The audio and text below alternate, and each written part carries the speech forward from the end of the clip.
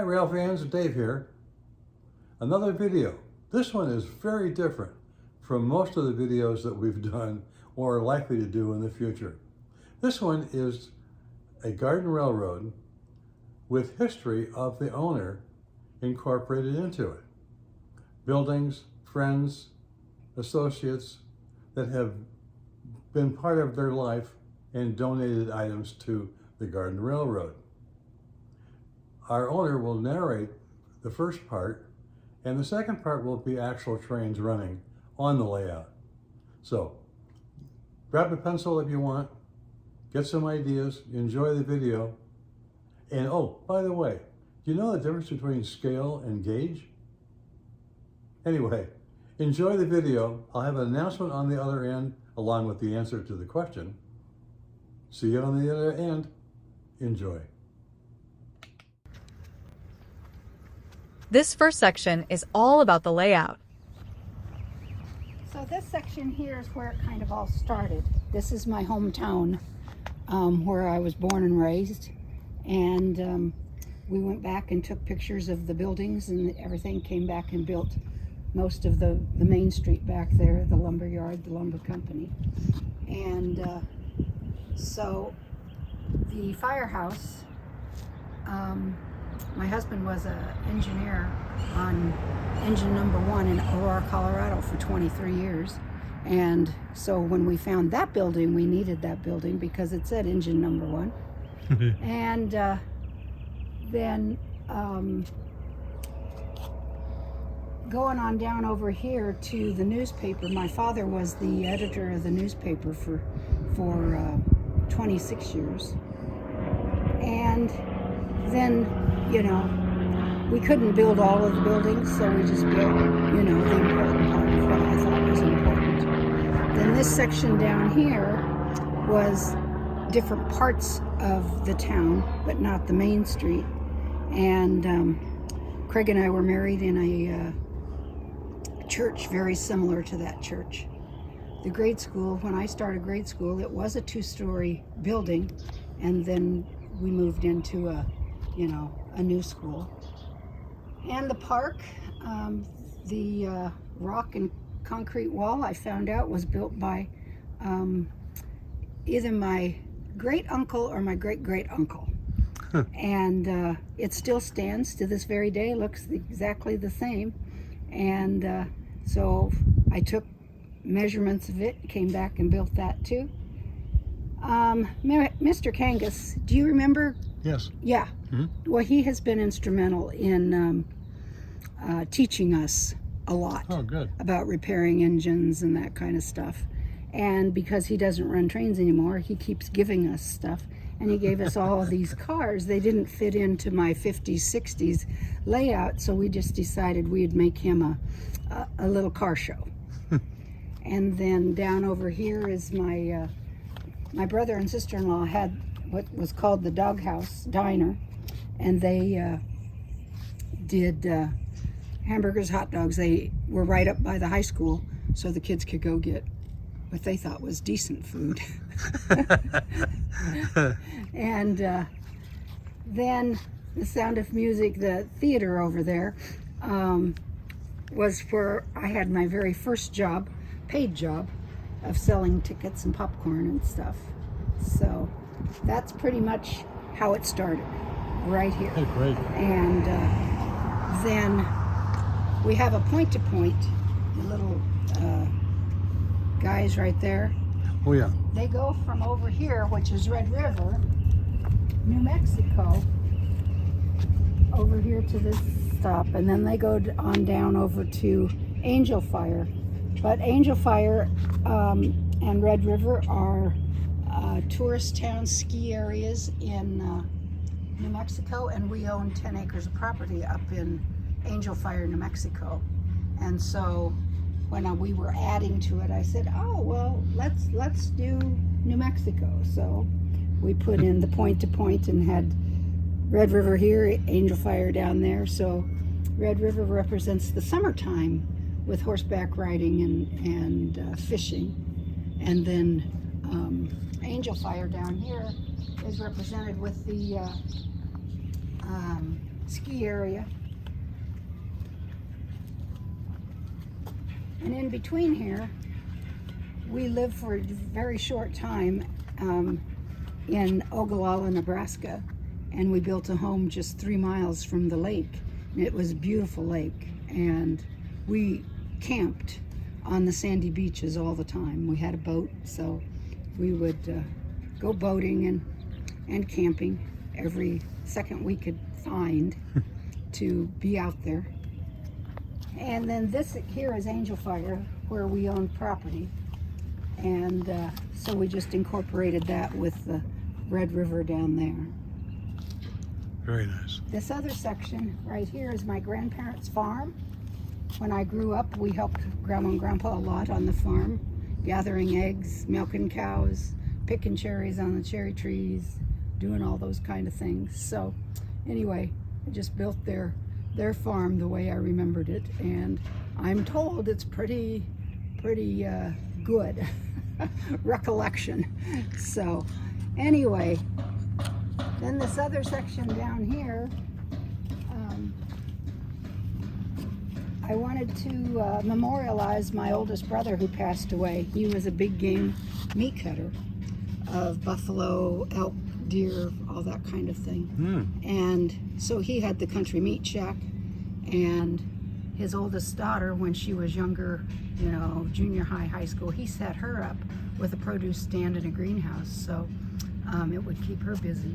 And then on the other side is his other daughter, and she hopes someday in the future, when she retires, she will have an event and conference center in Cheyenne, Wyoming, where she lives. So she was down here one time, and after she left and told us about her desire, then Craig went and built her a partially built building, and when she retires and has it completed, then we'll finish it.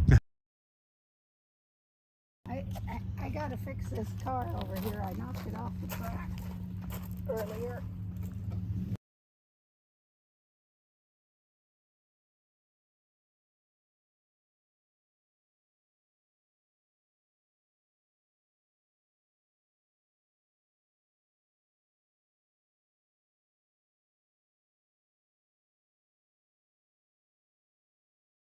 Then this becomes Craig's part over here, and because I ran out of ideas and stuff, and so we put in the rocks and made the Superstition Mountains, and down by the Salt River they have the wild horses, so he has the wild horses, and then a prospector going up Superstition Mountain there. And then General Ironworks over here is where he worked his first job out of high school, and his father also worked at General Ironworks, and Craig worked in the machine shop or the plate shop primarily. So when we found this building, we said, oh, what are we going to do with that? And then I said, it's yours. Truax's Machine and Tooling Company, they lived right over here, and we wanted to represent them in our layout because they were such wonderful neighbors.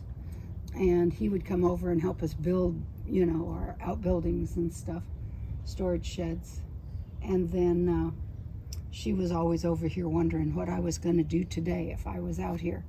So, and then the mine we inherited from ABTO, they had it on their portable layout, but they no longer wanted to use it, so they asked if we had some place to put it. We said, well, we'll find a place. So we incorporated it in over here with all the industrial area, and so that's pretty much the crux of our layout.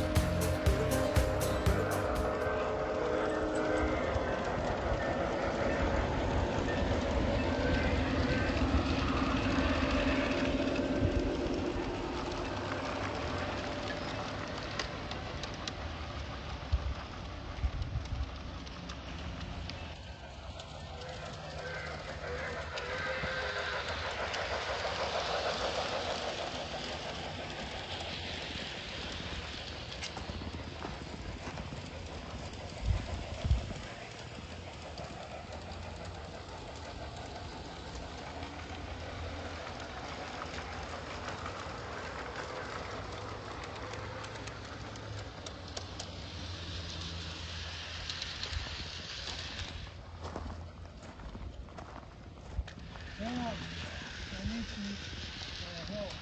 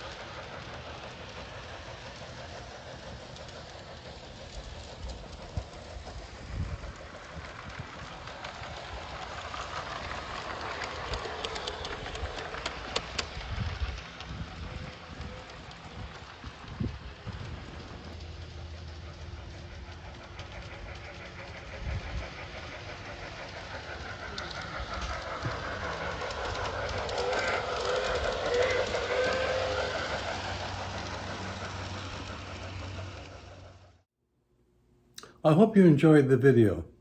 Hope you got some ideas that you might incorporate into yours, as well as enjoyed seeing the trains in this particular environment. Scale versus gauge. Gauge is the distance between the track on which the trains run. Scale is the size of the trains and usually some of the equipment. Now you know. Please subscribe if you haven't already and ring the bell. That way you'll know when we upload another video. As a side note, we have a gentleman, Baron Slade, who produces word puzzle books, word search puzzle books. The link is below. Please check them out. If you're looking for an inexpensive gift for somebody who likes railroads, be it hobby or real life stuff, this might be an idea for you. Check it out. I put the link below. And you should subscribe if you haven't already, because we have a number of projects in the works.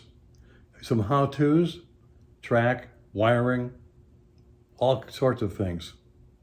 And we have one video that is very different for us in that it's a multi-scale club that operates in the Arizona area. It's interesting because even though you might not be in Arizona, you can get some ideas about a club that is successful with running more than one scale train.